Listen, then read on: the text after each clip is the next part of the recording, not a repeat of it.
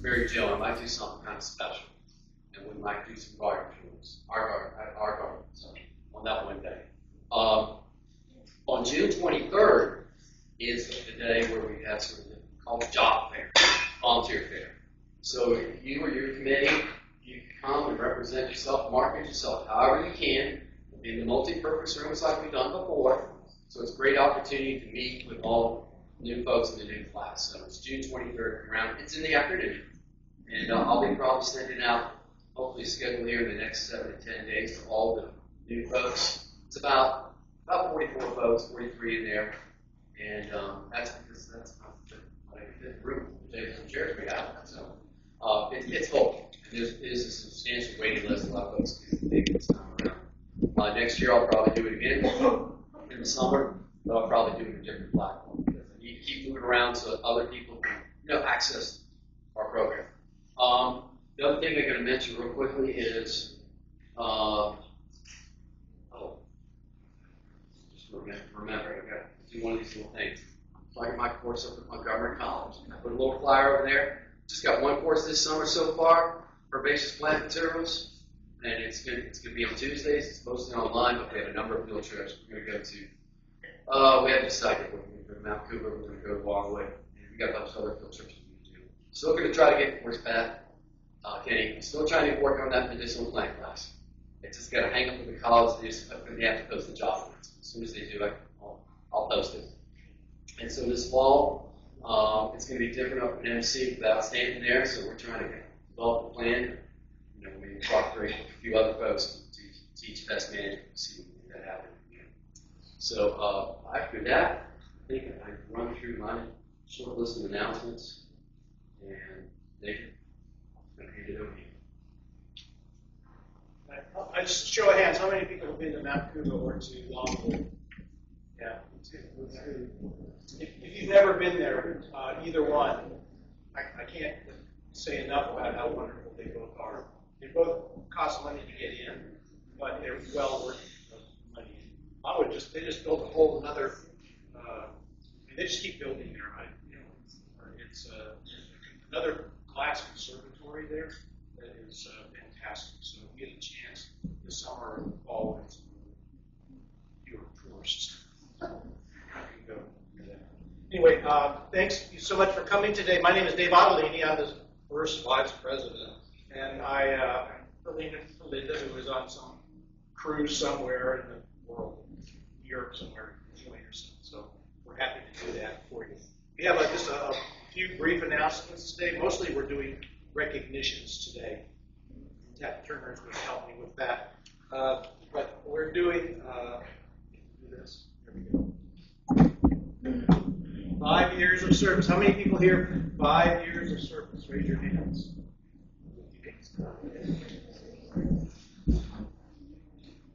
I'm going to read your names if that's okay. Just because. Read your names. How's the camera working there? All right. Okay. Rosalind Atzwanger, Jan Boweja. Tell me if I'm saying this wrong. Okay. Jan Boweja. Boweja, thank you. Kate Berman, Kim Brock, Lila Campbell, Betty Kitchie, Ann Claxton, Charlie McQuillan, Brian Donovan, Nat Finkelstein, Amy Freeman, Leslie Furlong, Elena Furman, Anita Gilbert, Elizabeth Hickey, Mary Lou Johnson, Stephanie Kaufman, Deborah Lewis, Reginald Knoll, Linda Radko, Carol Roman, Barbara Spalholz, Anthony Nebraska. Let's give them all a big round of applause. All right, Ted, you're on.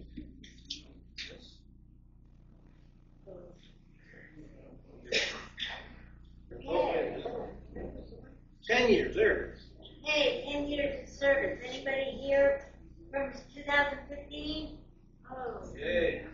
Wendy Van, Paul Brooks, myself, Paula, Christine Cedar, Ginny Davis, Joyce Dubois, Margarita Egan, Ryan Haley, Susan Kirby, Bonnie Kramer, Bob Loach, Linda McNeil, Nico Martin, Marla Nix, Jocelyn Reed, Andrew Rutsky, Betsy Taylor, yes, Yona Zumi, and Virginia White, Manhattan.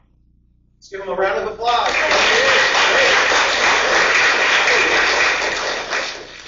Okay. 15 years of service, class of 2010, Joe Andrews and Lisa Diamond. Are either here? Raise your hand.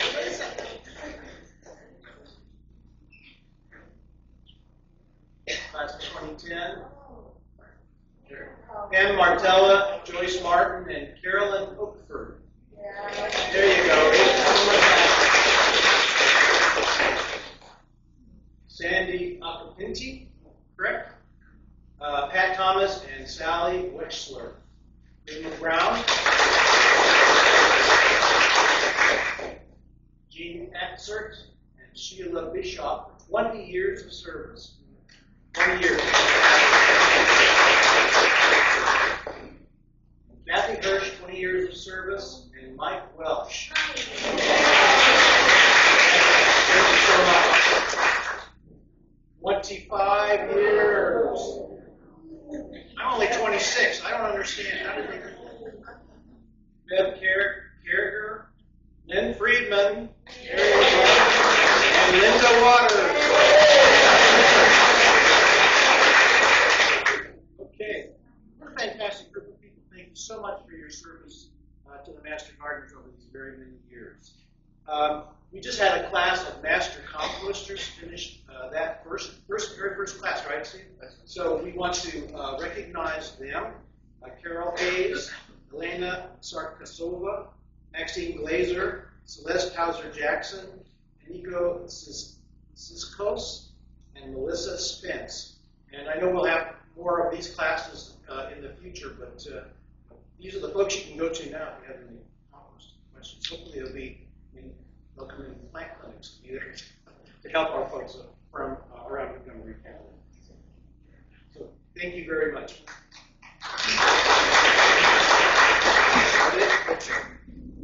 And we have one other announcement here, and that is from Blair's.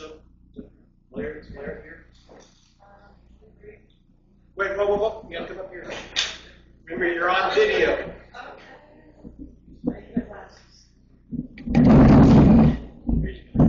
All right. I am looking, Jeanette Moore and I are both working on Garden Discovery Day in September, and we are looking for a couple of people to help us in the early stages of planning and some key leadership roles. If you're not familiar with it, Garden Discovery Day is educational programming for kids K through 12. A lot of them are from scouting programs. They learn about nature and bugs and things gardening and where their food comes from and flowers and trees. So there's a lot of activity. 3 positions that we're looking for right now is someone to help us with our logistics. The event is here at the fairgrounds September 27th. And that person will work with another co-lead, lead a team that helps us to organize literally the logistics around fairgrounds for parking and how the classrooms are going to get set up and so on. We're also looking for someone who is going to focus specifically on our classrooms. That person is going to help us arrange tables and chairs, make sure that supplies are ready, and so on. People working on logistics and in the classroom management will need to be here also on Friday, the 26th of September, for just a couple of hours. And then finally, we have one of our teaching positions to lead our vegetable program. It's for grades 3 to 5. And the scripts are already written, the organization is already there. We're replicating what we did in 2024. So there's a lot of help, a lot of assistance, and if you're interested, see me or Jeanette, or look us up and send us an email, or tell your friends. Thanks. Thank you, Blair, for a round of applause. As I said, having been involved with Garden Discovery Day last year, it's so much fun. And if you're looking for some hours and want to get involved with that program, the kids are just fantastic. So it's really a lot of fun. I want to see, raise your hands, how many people brought plants today for the plant swap? All right. So that means you have no excuse for not going over there afterwards. And you got tickets. You all got tickets, I hope. Okay. Well, anyway, what I saw over there was a great selection of plants. So make sure that you go over there after we're meeting today. Okay.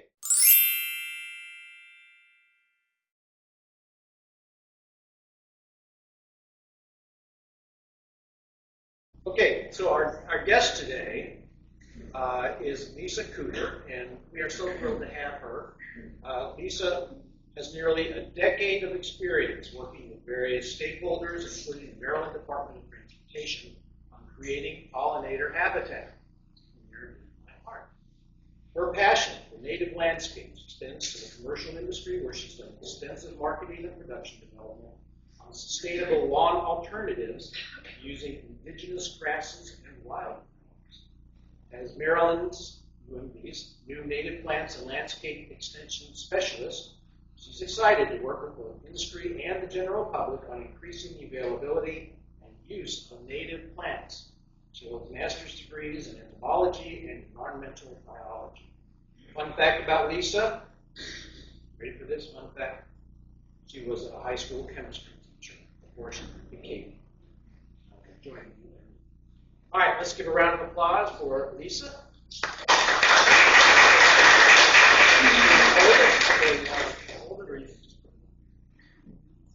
Okay, all right. Great. I'm so happy to be here, and I just want to say how inspired I am by Maryland's master gardeners. I always brag when I'm dealing with colleagues from other states. Because I say, wow, Maryland, we have over 3,000 master gardeners, and you guys really are inspiring. You guys accomplish so many good things. So thank you, yes, for your service. It's amazing what 3,000 people can accomplish. Okay, so today's talk, we'll talk a lot about native plants, but I want to introduce you to a program that is relatively new, and I want to make sure that as master gardeners, you guys know what tools are currently available that have been produced in the last couple of months, and tools that will be coming out shortly, so that you have, so that you're aware of them, so you can use them as well as share them with people that you use in your interactions with master gardeners. Okay, so with all many programs, I'll just go ahead and use your current slide real quick. The university programs, activities, and facilities are available for all without race, color, sex, gender identity or expression, sexual orientation, marital status, age, national origin, political affiliation, physical or mental disability, religion, protected veteran status, genetic information, personal appearance, or any other legally protected reason. All are welcome. Okay, so again, these are the three things that we will touch on today. I'll introduce you to the new UMD program, the Maryland Native Plants program, and we'll talk about why go native, why do we have this native plants program, why is it so important, and then we'll talk a little bit about one of the biggest challenges that all gardeners face, including people using native plants, which is deer. Okay, so our new UMD program. So I want to kind of step back before telling you about the program to talk a little bit about why it was formed and how it was formed, because I think it's a really inspirational story and shows the power of everyday citizens coming together and accomplishing very powerful things. So, a couple things that led to the creation of this program is some challenges that have been identified. One of them is that when we talk about native plants, there are a lot of sources online, right? And they don't always say the same thing. And so one of the problems that was identified is we need an authoritative source of what's native to the state of Maryland and what's native to our particular ecoregions. You know, Maryland's kind of like a miniature America, right? They say that because we have very distinct habitats. It's not region, we've got Piedmont, and then we also have the coastal plains, and they're all really unique and have unique plant assemblages there. So that was one. Another is that when you go to a nursery, I'm sure you've encountered this before. I know I have, is if you haven't done your homework before you go to purchase plants, it's hard to figure out when you're at the nursery what's native to Maryland. Because a lot of times they will on the signage say native, but is it native to North America? Is it native to the Northeast? Is it native to Maryland? And if it's native to Maryland, is it native to the ecoregion where you are, where that plant would be really successful? So that was another, that's another big hurdle when you go to nurseries. And also limited availability of native plants. We have a lot of plant sales, and in part, master gardeners play a huge role in getting plant sales and getting native plants out. As far as using them on a large scale, like say if you're a landscape architect or designer, it can be really challenging to find native plants at scale. Sometimes for these big projects, they need hundreds, if not thousands, of a particular species, and plant sales can be challenging because they don't have that volume, right? And the timing might not match up with when they need plants. And same for homeowners. Homeowners don't always have access to native plants. So there is definitely historically been limited availability of native plants. And then also education. Is it Len? Len and I were talking beforehand about how some of the differences between Europe and the UK compared to here, and how in some parts of the world they've done a lot more education as far as ecology goes and appreciating birds and wildlife, etc. And they also have a lot of laws to kind of promote ecological function. And here we're kind of, I would say, a little bit behind the U.S. as far as like biodiversity and having legislation that really supports those important functions. So education is really needed here. And master gardeners, you guys know that you play a huge role in educating the public about plants in general, as well as some of you are probably very interested in natives. Just out of curiosity, is anyone here part of the Master Gardener native plant subgroup? And if so, if you could just kind of raise your hand. No, did you? Oh, wow, did you know we have one? No, okay. To be honest, I started back in September, and I didn't know we had one either until like 4 months in. And I was like, oh my gosh, we have one. And I just happened to stumble across their logo.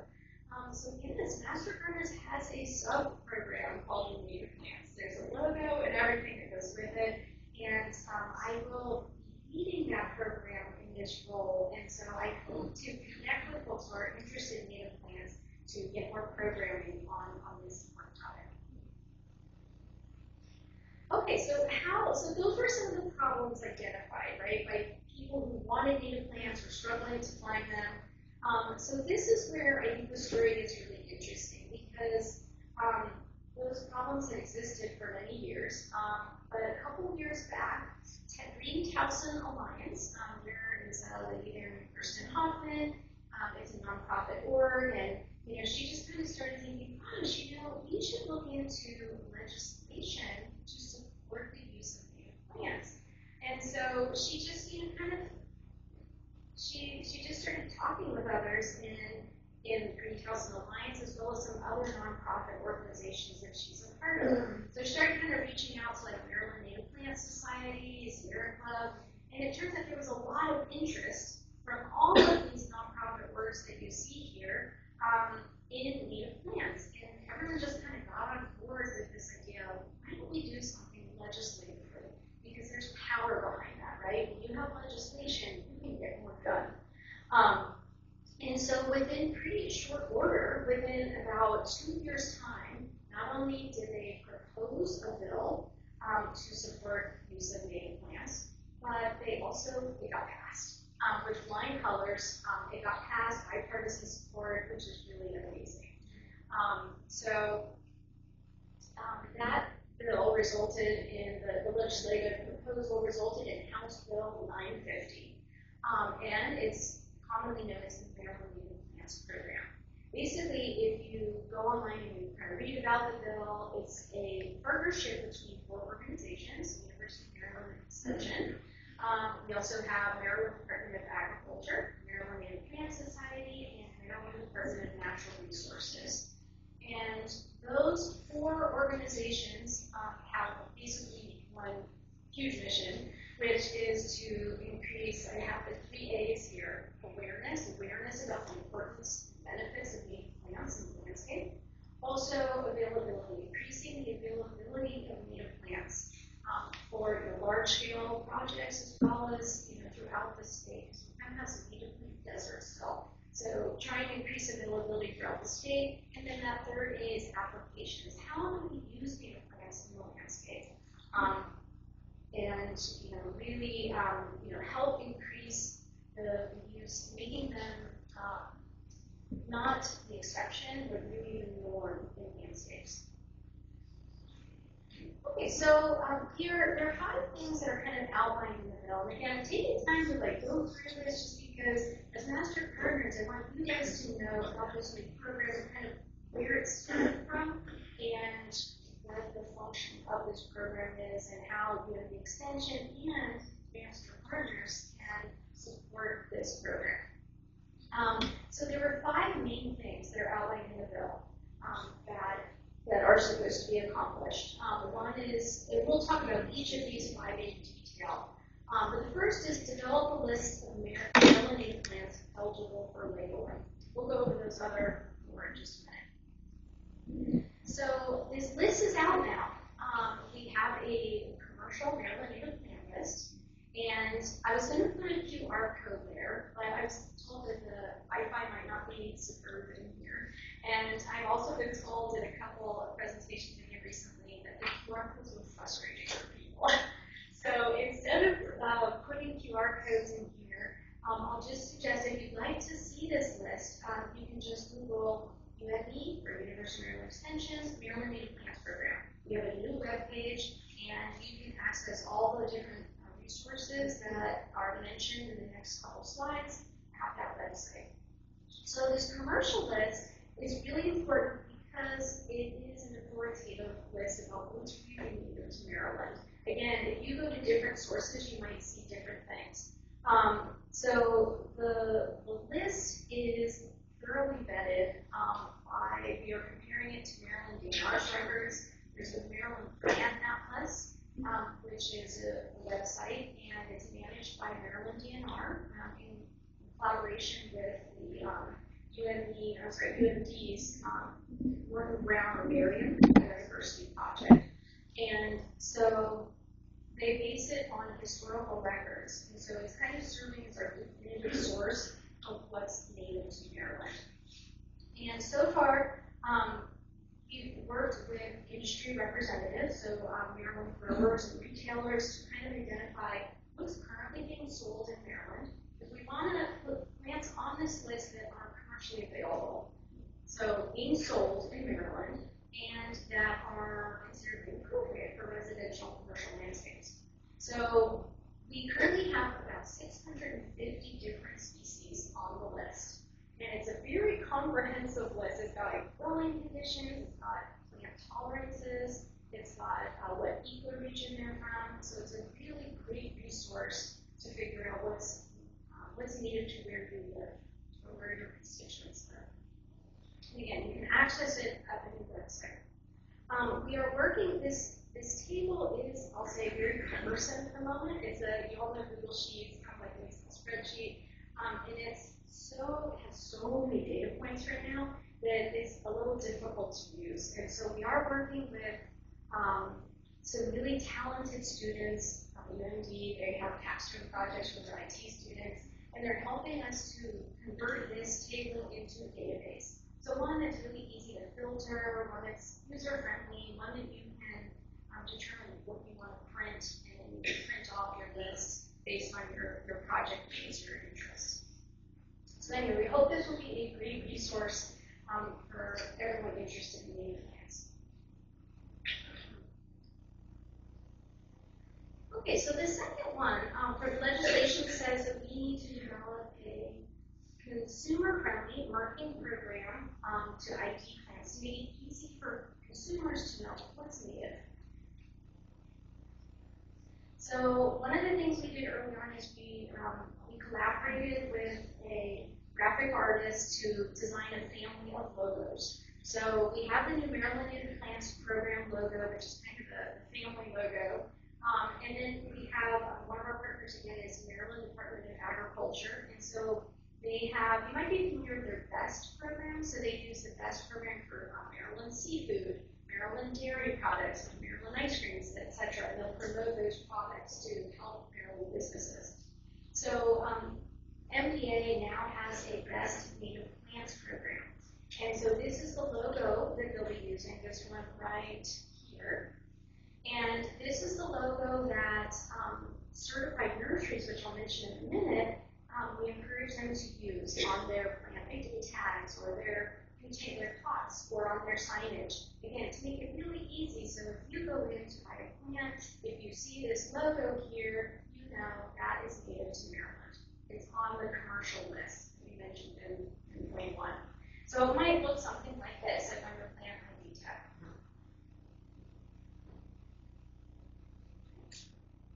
Another marketing tool or / educational tool that we're working on right now, and our goal is to have it ready by this summer. So July is our target date. Is a regional plant guide for each of our 3 main ecoregions. So we are working on the Piedmont region first, just because we have the densest population of folks in the Piedmont region. So that's us here, right? I believe Montgomery County is in the Piedmont. Yes. Okay, super. So you guys, in a couple months' time, we'll have this. It's a beautiful full color guide with. We'll have not all 650 species available, but we'll have like the essential species kind of highlighted in there. So roughly, we're thinking like 120 to 140 native species will be highlighted in there. Then we'll have a list with the others in the back. There will also be a little educational materials in the guide. And so this will be made available for free as a PDF on that website, the Maryland Native Programs website. And it will also be available for sale. We're thinking it's probably going to be like $10 to cover the cost of printing as well as shipping. And so we partnered with the state of Virginia, Department of Environmental Quality, to create these books. I don't know, is anyone here from Virginia or familiar with the Virginia Go Native program? I see one hand, okay. This is based on some of the great work they've been doing over the last, I think, 15 years. They have a guide for many of their, I think maybe all of their regions now, and they've done an amazing job. So we've partnered with them to provide something similar for folks in Maryland. So we're super excited about this resource, and again, we think it will help highlight how beautiful native plants are, and again, make it easier for folks to try to incorporate them into their landscapes. All right, the third thing that the Maryland Native Plant Program is supposed to do is to create a grower retail certification program. So the certification program is up and running. It was launched officially in April 1st, and we already have 21 certified nurseries, and we have more that will go online shortly. Basically, to become a certified nursery, at least 20% of your inventory has to be dedicated to selling native plants that are on that commercial list. And so we have, yes, we do. I'm going to skip to this. We have 3 different tiers of certification. So if you have 20 to 49%, you're in that bronze tier. If you have 50 to 74, you're in the silver tier. 75 to 100, you're in that gold tier. So again, just kind of an easy way for consumers to get a feel for how many native plants does a particular nursery sell based kind of on that tier system. But also another set of data that we're providing on the website is not just the tier, but also if you look at this table here, we are including the number of Maryland natives and the number of total species sold, because some companies might be in that silver tier, but they have a huge diversity of Maryland native plants. It's just they also sell a lot of other things in addition to that. So we thought this would give a more really accurate representation of what each nursery offers. So again, we want to make it super simple and easy for folks to find a nursery near them and to have a sense for what kind of native plants, what selection of native plants are they going to have. And I'll also mention that so far, I don't know about all, most of our partners do have their inventory posted on their website. So if you are looking for something particular, you can check out their inventory. And if you don't see what you're looking for, we strongly encourage you to ask them.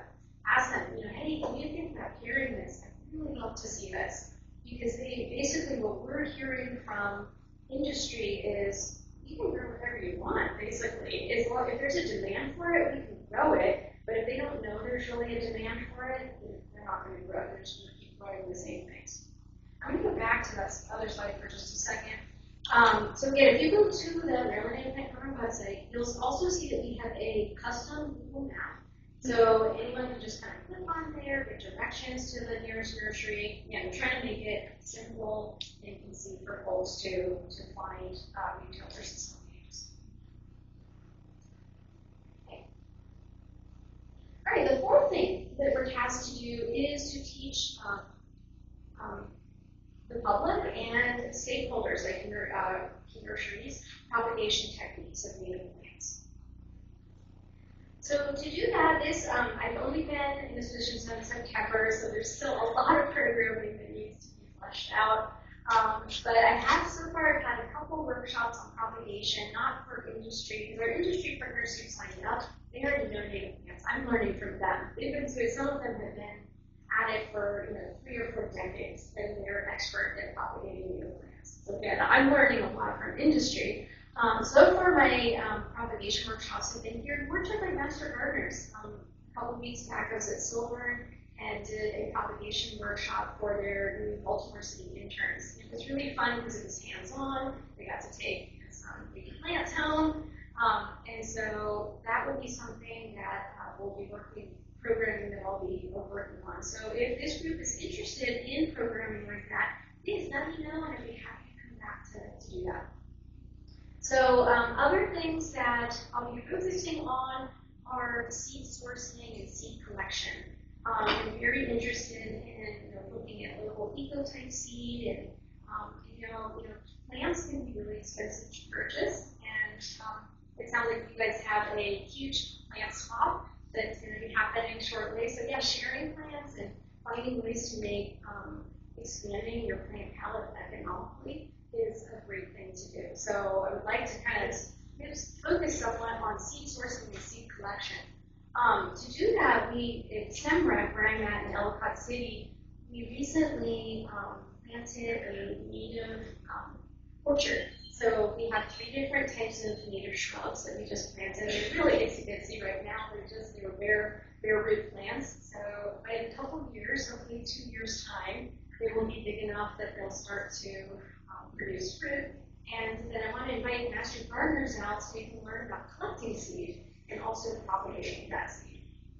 So again, another opportunity for folks here.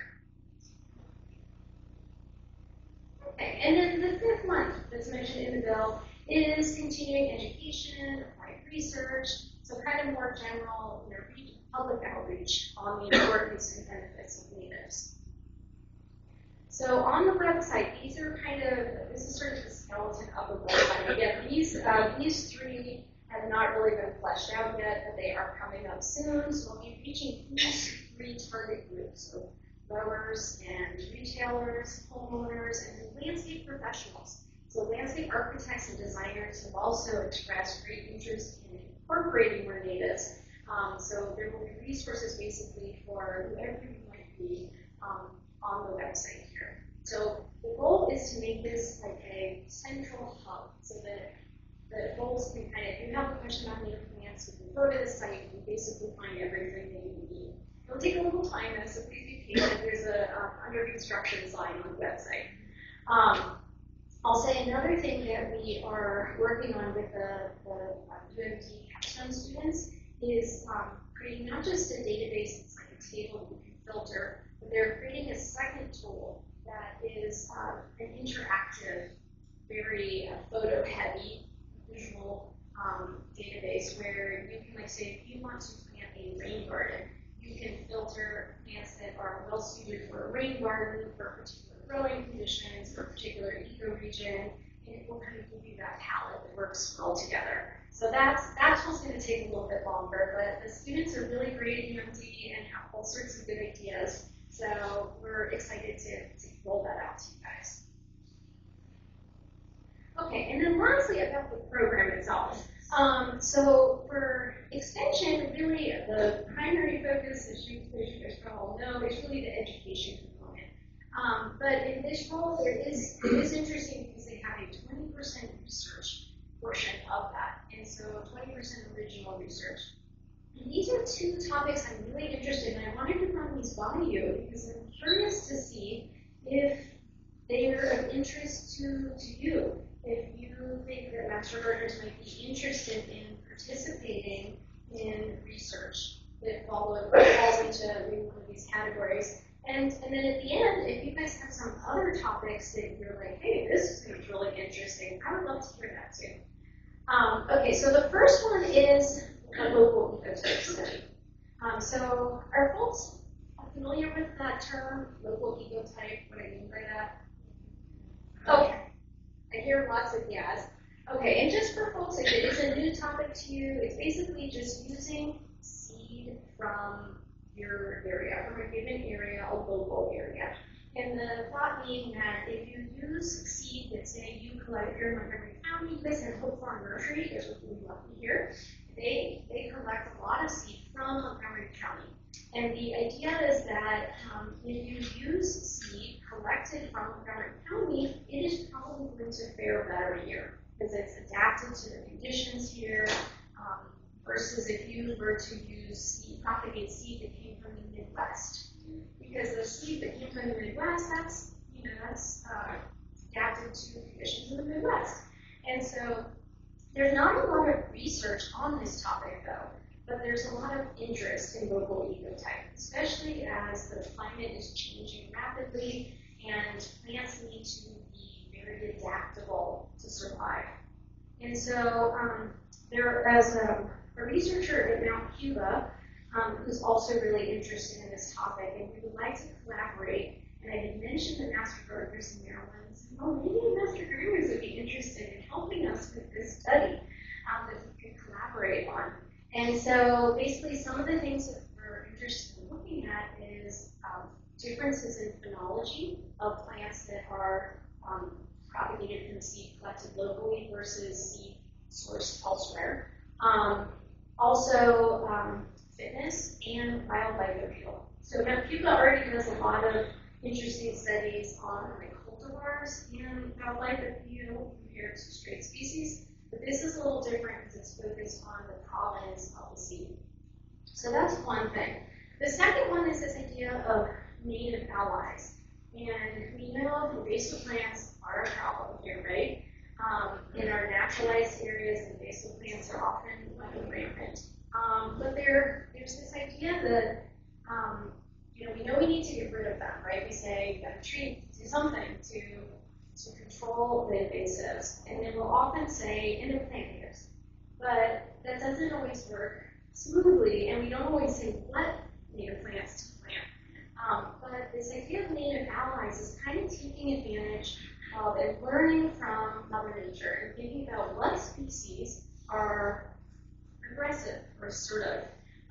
And sometimes we'll refer to them as weedy, right? Like, oh, you don't want to put that in your garden, even though it's native, it's going to take over, right? So we can take advantage of those life traits in these kind of scenarios. If we have a problem with invasives, can we bring in some of those really assertive native species to kind of outcompete those. So that's kind of the concept here between this native ally study is trying out different native species that are known to be aggressive in these areas and seeing how which species are outcompete which invasive species.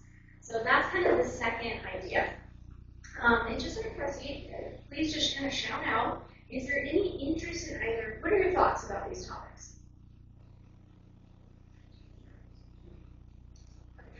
First, how do you define a native plant? We'll talk about what's a native plant next. But basically, I'll kind of jump ahead a little bit. So a native plant is something native to Maryland.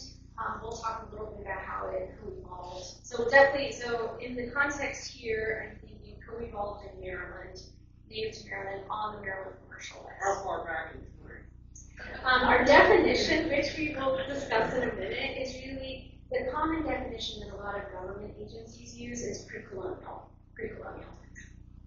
Yeah, that have been here for a long time. Yeah. What's that? Long redwood is that. Probably, yeah. It used to be there a million years ago. 40 million years ago. Yeah, but any thoughts? Yeah, please just kind of. I'm kind of doing number 2. Are So you? wooded area of my area at the moment, trying to find natives that would outcompete somewhere.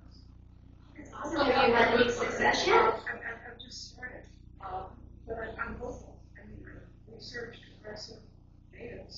Okay, well, let's talk more. Still grass would be a great one to study. Yes. So how rigorous do you see this study? I mean, we're going to go, 3 foot by 3 foot square and take pictures every day and do a graph. I mean, how rigorous do you envision this to be? That's a great question, and it's early stages of kind of talking. In fact, Elon is the researcher. We just met online the other day, and so we haven't even had a chance to connect yet. We just kind of very vaguely outlined it. So those details are yet to come, but we would definitely want feedback from participants because we want it to not be something so cumbersome that nobody's going to want to do, but we want it to have enough, oomph so that it's meaningful, and that we could publish a paper on. So yes, so those are great questions, and stay tuned for as we kind of flesh out the ideas. So I'm working with an Eagle Scout on his badge, and there are eco badges for scouts. I'll throw it out there that you go to some scouting boys and girls and mix. They might be interested in short-term things. Yeah. Okay. Thank you. My kids all went through Scouts too because I love the Scout program. And I saw some other hands I think over on this side. Are you just talking to our demonstration garden folks? Okay. Because they may be interested in something that is in accident happenings. Okay, that's awesome. So Montgomery County has a demonstration garden here, or Durwood, is that close by? Not far. Yes. Oh, we don't pop over there and out there. Okay, so awesome. Here too. Oh, okay. Right outside, actually. Oh, fantastic. I'll definitely check that one out, and I'll check your Durwood one out too. Wonderful. Yes. Just to the broader question, I think a lot of us have problems with invasives. And if it were a question of getting a group of people to try their fruits or something, I think you would get a lot of interest. But as the other person was saying, if it was just in this spot and you have to sort of be for every week or whatever like that, a lot of us are maybe knowing and the continuity part of it is maybe not as good as stuff. But I think you could get simple size. Okay, that's great to hear. Yes. You mentioned that you have certification labels.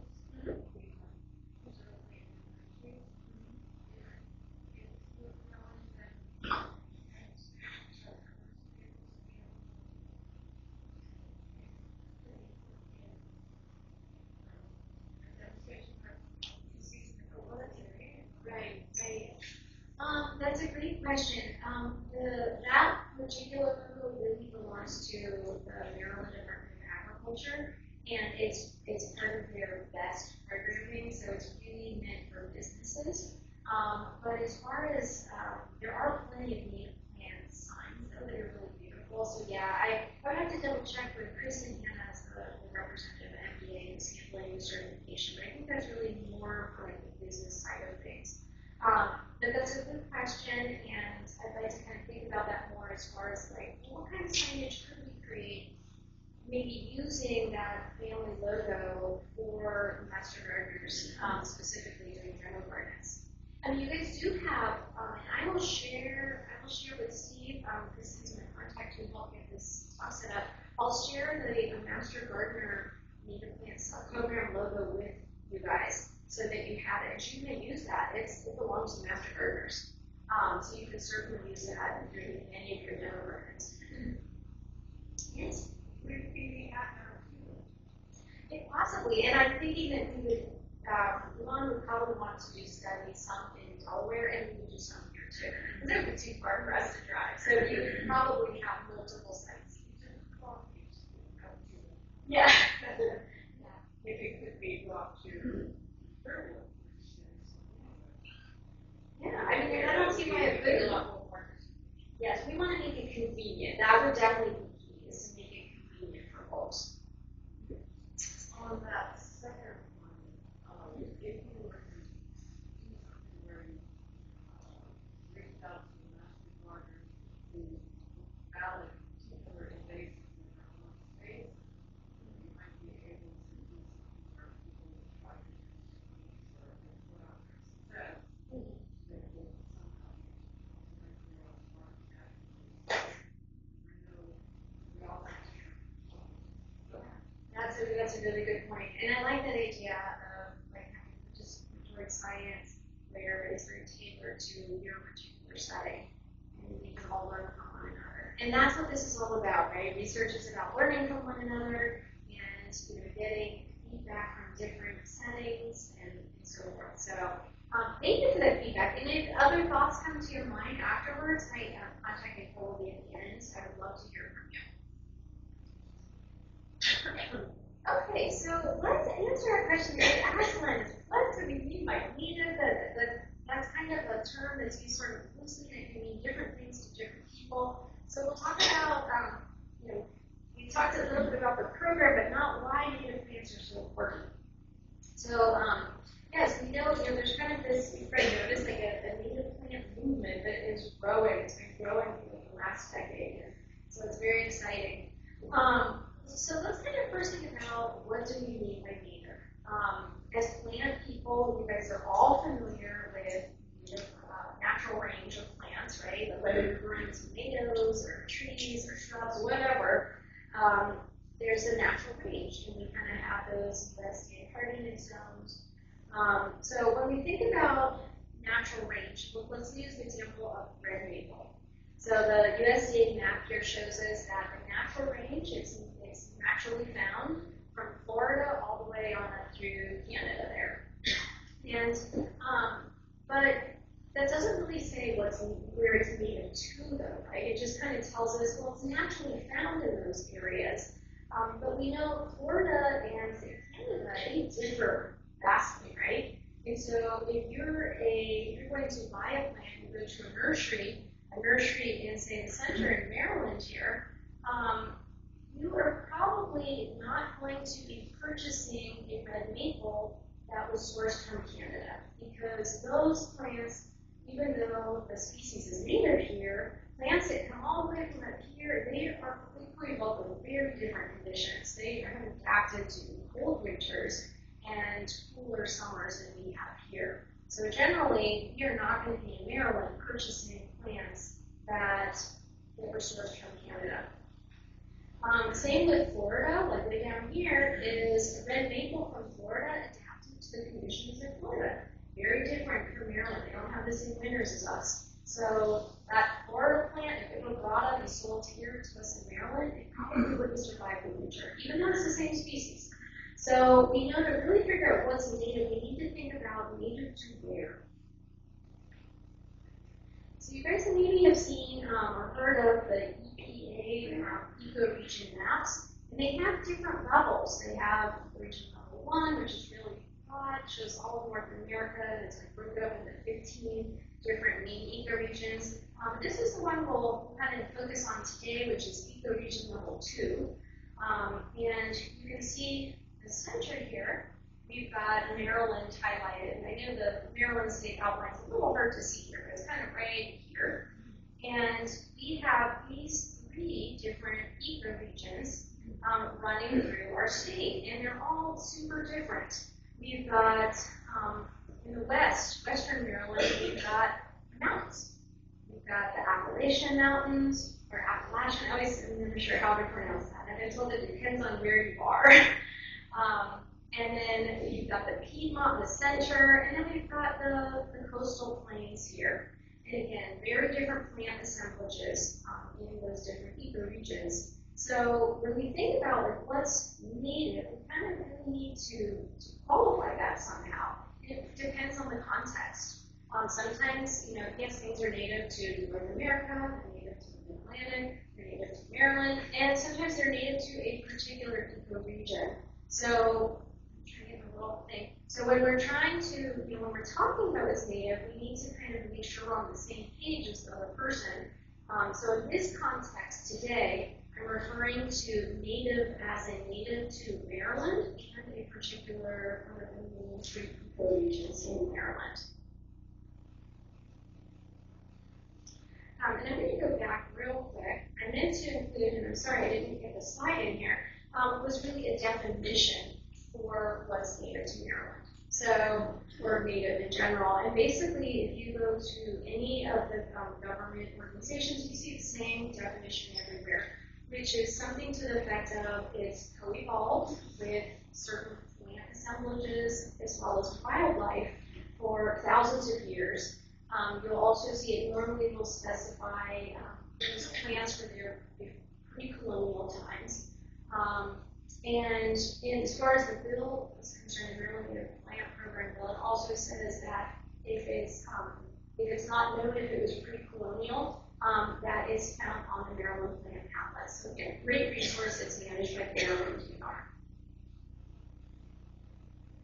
That's a quick question. Yeah. On slide, you Yeah. have 8.4, 8.3. That's not the zones we're talking about. Climate zones. Those are something else. No, those are something else. Okay.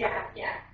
I said, what, we jumped to zones? Yeah, no, I'm sorry, no. Those are, they have a whole slew of numbers, little records on here. And you can break it down to even have ecoregion level 3, ecoregion level 4. It gets really granular. And again, it really is based on what your project is, what your goals are. Like if you're Maryland DNR and you are trying to protect an endangered species that's only found and it's globally rare because it's only in the serpentine area, then you're going to probably want to use a higher ecoregion level, like ecoregion level 3 or 4. So again, it depends on what your goals are. But for most of us as gardeners, we don't need that level of granularity, and ecoregion level 2 works pretty well.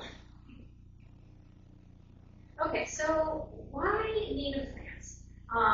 This is an important question, right? Because we have a lot of non-native plants that also can serve a good function. They also clean the air, produce oxygen, they can absorb water. So they can also fill ecological niches. But why the focus on native plants? Is anyone here familiar with tallaby? Okay, pretty much everybody. Okay. So the Doug Tallamy and any other researchers have really done an excellent job kind of finding these links between plants, insects, birds, and other animals up the food chain. And that is what has really, I would say, driven this movement for more ecological landscaping that incorporates more native plants. And it's really based on the fact that it really goes back to chemistry, really. So if you think about plants, and we'll see some slides in a minute, plants, each family of plant, each species of plant has unique chemistry.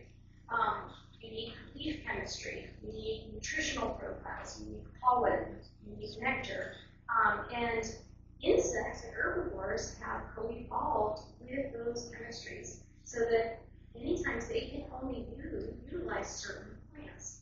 They can only survive or thrive with those particular chemistries of certain plants. So I really like this little infographic because it kind of shows that the base here, we've got our plants, right? And when we introduce a lot of non-native plants into the landscape, then we kind of break the food web. And that's what's really shown here with this little jagged mark. Because the herbivores can't utilize a lot of those introduced plants, again, because they have different chemistries. And so when we don't support the herbivores that are right here, then we're reducing the amount of prey for birds, say, and for other organisms. So it really, again, just kind of boils down to chemistry. And when we bring things in, even though it might look like, oh, it's similar to this plant, this native plant, the chemistry is often really different. And the insects just can't utilize that. And you might think, well, I don't like insects very much. I don't want the insects in my yard anyway, but we all like the birds, right? We all like the butterflies. We want our food pollinated. So when we think about it from that perspective, maybe it kind of changes our outlook on the bugs. Bugs are good. We need them. Doug Tallamy and one of his former students, Marengo, did a really landmark study in Washington, D.C. yards, which is really cool that this was done locally. And it was landmark again because he really showed the links between the food web, between the plants, insects, and birds. And what he found in yards is he kind of looked at the gradient of non-native vegetation in DC yards. And that's kind of what you see down here, this gradient of non-native plants. And what they found is that yards that had at least 30% native vegetation, 30% non-native vegetation, so at least 70% native vegetation. I said that very right. At least 70% native vegetation had way more insects, had more caterpillars, had more spiders, and that's what chickadees at the Carolina chickadee here need to feed their young every spring. And yards that were predominantly non-native species had some insects, but way fewer. And so they also had way fewer birds. And the chickadee is just one species, of course, but it's a really common one. So it can serve as a good model for a lot of our other bird species. And so this is, you might have heard this ratio of 70% native to 30% non-native in support healthy food webs. It really comes from this study here. And Doug Tallamy has also done a really good job highlighting species that are extraordinarily important in food webs. And they're often referred to as keystone species. So it's great that he is based in Delaware because that's close to us. So there's a lot of good information that Marylanders can use as well. So this data is specific for the Mid-Atlantic. And his research has identified keystone species that we put in our yards and landscapes to support the most number of lepidopteran species. And remember, those lepidopteran species are butterflies, our skippers, and our moths. And so by supporting those, the caterpillars, we're supporting birds and a lot of other wildlife. So kind of going back to the idea of chemistry. This is a study that it came out recently in a high-profile science magazine that looked at the chemistry of pollen. And this is really fascinating. We look at all these each of these little colored dots here represents a different plant family. And it's showing how the ratio of proteins to lipids or fats varies by plant family. And you can see it varies hugely, right? And so this really just kind of demonstrates how plant chemistries vary and why it's so important that we not only have diversity throughout the landscape, but that we try to incorporate those native plants that our local fauna has co-evolved with. And this is another graph from that same paper that shows from a bee's perspective how they really do need a diversity of nutrition throughout the environment, because again, you would think pollen is pollen, nectar is nectar. It's not so. They're all very different, and their macronutrient profiles vary widely, and so they're finding that different bee species have different nutritional needs, and so they visit these different plants to get what they need. So the flowers are basically like the grocery store for them, and for our caterpillars, those leaves, that's their grocery store. So when we don't have what they need at the grocery store, they're not going to thrive or even survive.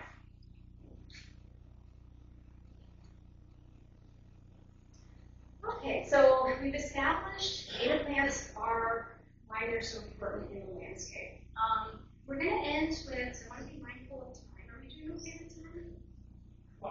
Okay. We'll end with talking about one of the biggest challenges to increasing the use of native plants, or getting native plants established in the landscape. Because not only have our insects co-evolved with our native plants, so have these guys. And they very much favor our native plants because they co-evolve with them. They can digest them well and get the nutrition they need from our native plants. But let's first kind of just dive into how big the problem is with deer. This study is very interesting. It's from the National State Park Service, and I think it's especially relevant to us because you can see here in this little inset box that it focuses on our area. And it's some other state parks, but this little inset here is where we are. And so what they found is that if you see a little red triangle, we have a whole bunch in our area, that means our forests are in imminent failure.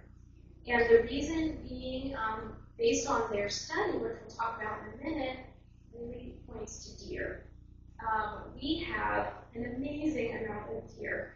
And the deer, as they eat the saplings in our forests, of course, then we're not going to regenerate our forests if they're eating the saplings, but also it makes way for invasives like this one up here, multiflora rose.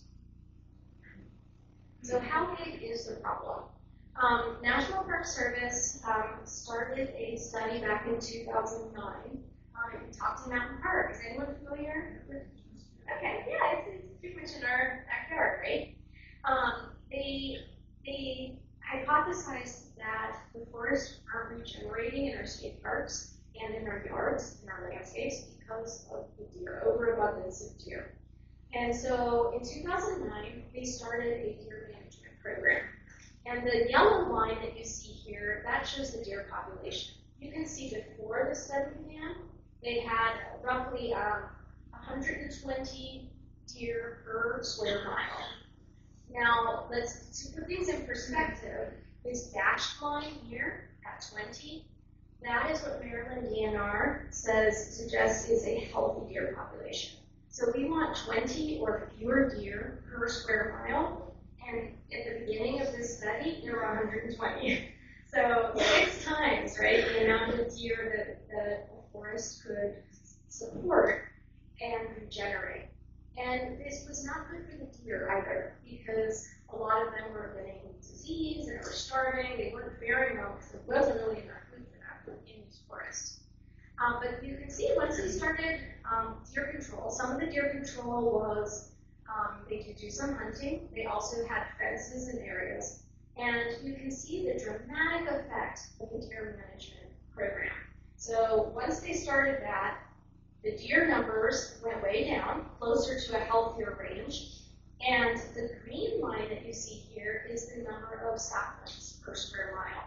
And you can see that they go for the opposite, right? Once the deer were managed, the plant saplings were increased, and that means a much healthier forest, a forest that can actually regenerate and be here for the next generation. So these are some pictures they took just to kind of visualize how these changes look on the ground. So in 2009, pre-deer management, you can see there's really not much on the forest floor, right? There's not a lot of greening, no saplings. 6 years later, 2015, these quadrants weren't moved. They used the same location for each of these photos. And 6 years later, you can start to see some green, some saplings are returning. And wildflowers like this columbine are starting to appear. So it's starting to look healthier here. Fast forward another 7 years, 2022, you can see drastic difference from 2009 to 2022. We have a lot of a healthier herbaceous layer. We have saplings returning to the woodland floor. And that's what means our forest can regenerate and survive long term. So that deer management was super effective. So what does that mean for us? Most of us don't live in a state park, probably none of us. But we know, of course, the deer aren't confined to the state park, right? They come visit us too. They come to our yards, they go to our parks, they're everywhere. So one of the things that we really need to do is really to promote deer management. I know I love deer, we all love deer, they're beautiful animals, but they also do need to be controlled so that there are healthy levels of deer and the plant populations can be healthy too. As far as our yards and like plant selection, there are some plant qualities, there are characteristics that deer don't like. Now, if they're hungry enough, if you have 120 per square mile, they might have to eat these too. But generally, they will leave these type of plants alone. So they don't like things that have distinct texture, like fuzziness. That's something they tend to avoid. Also, tough and leathery plants like big ferns, you know how they are kind of leathery, right? Deer generally do not eat those. Anything with spines or bristles, like hollies, also are usually left alone. Certain plants are very poisonous to deer, like our common milkweed. I also read recently that, this was another article from the National Park Services, that pawpaws they have poisonous chemicals in them, and so deer don't like pawpaws, and pawpaws are actually the most abundant sapling underneath our forest right now, and that's not normally the case. And instead of seeing like baby oaks and ashes and trees that you would normally see, you just see a lot of pawpaws. And so this is not a good sign, really, because that means we need those baby overstory trees to be regenerating. So it's interesting that the pawpaws are sort of filling this niche right now that's available. So the Park Service, they're not really sure what this means. This is kind of a new thing, and so it's sort of interesting. And it has to do again with something that's poisonous to the deer. And then things that smell nice to us, the deer sometimes don't like. So aromatic leaves, like fragrant sumac, generally they'll leave alone. Also, any aromatic flowers, generally they don't like those either. So things that, qualities or characteristics we can look for in plants if you do happen to have high deer pressure in your yard. And there's some great resources if you are really experiencing deer problems in your landscape. This book just came out in 2024, Deer-Resistant Native Plants for the Northeast. It's a great little book, and it includes plants. Most of the plants in the book are native to Maryland, not all, but most, and they use a scale to tell you how deer-resistant they are. And then the one in the middle, the resource from Rutgers, great database where they also use a scale. You can see the key shown kind of right here. And again, they acknowledge nothing is totally deer-proof, but you can get a sense for which plants, and they include ornamentals here as well in the database, are likely to be left alone by deer. And then the extension has a nice handout on plants that tend to be deer-resistant. So I do have one QR code in there. If you can't use the QR code, you can always just Google UNE, deer-resistant plants, deer-resistant native plants. Okay, so that's it for today. I would love to take questions at this point or just get thoughts. Yeah. I was wondering, started with legislation. how does that side of the legislation, and how does this program mesh with the other side, which was eliminating non-native invasives and prohibiting? We got an update on that like over a year ago, but before the legislation was through. Do you have anything to say how this? About the non-native legislation? Yes.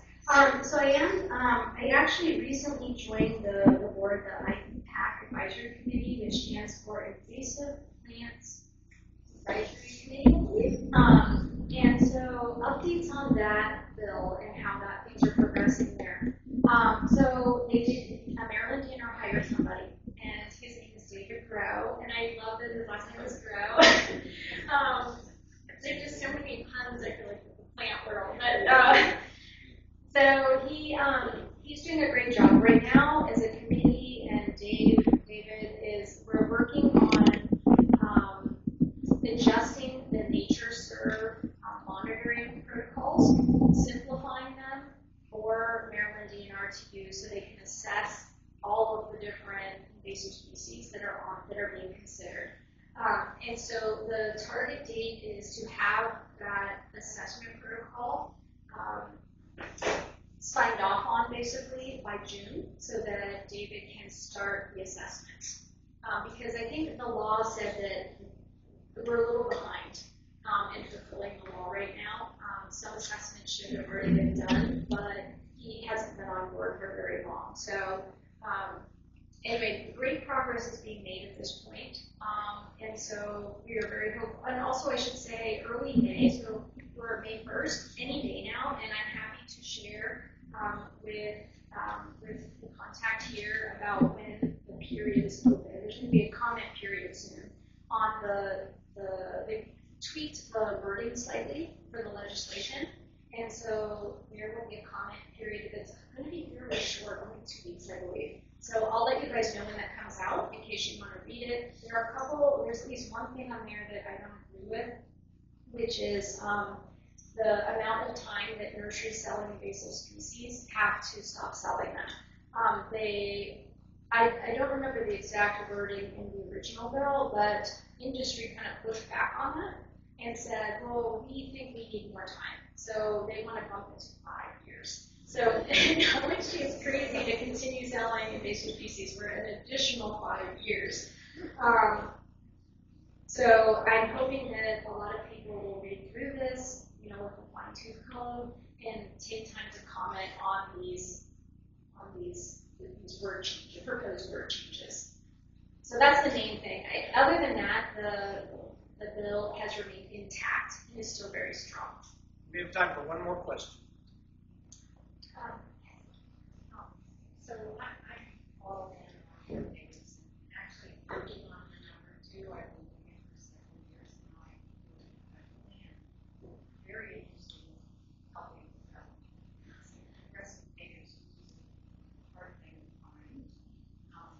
And I was thrilled to see you talk about the deer, because that brings you.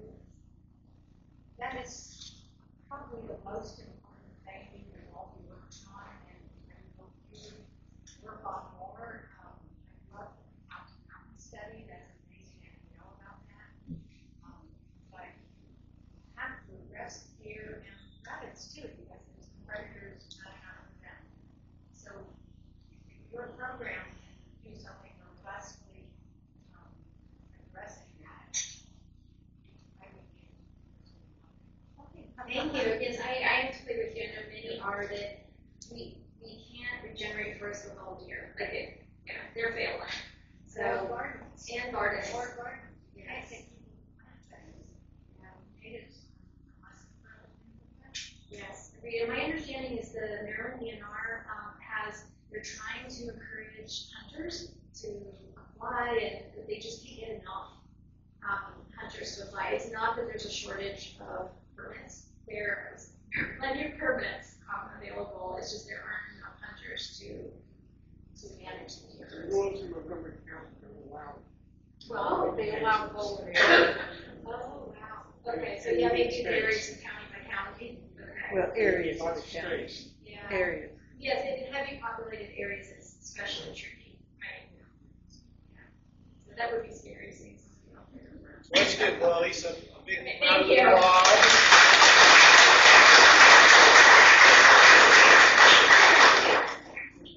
So much. And I think there's going to be a new program to give every Master Gardener a bow and arrow. Maybe just one arrow.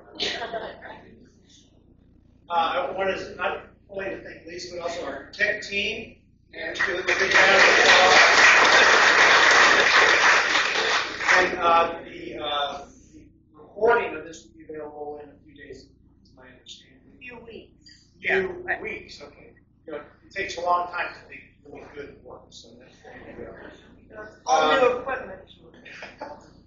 So the next meeting, we all know, will be in June, right? First Thursday in June. And guess where we're going to be?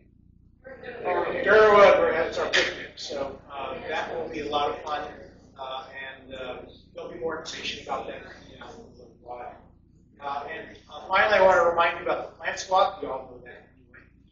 That will be coming up right after that, right after this meeting is over. So thank you, everybody, for coming. Thank you, Kathy, for doing a great job reading names.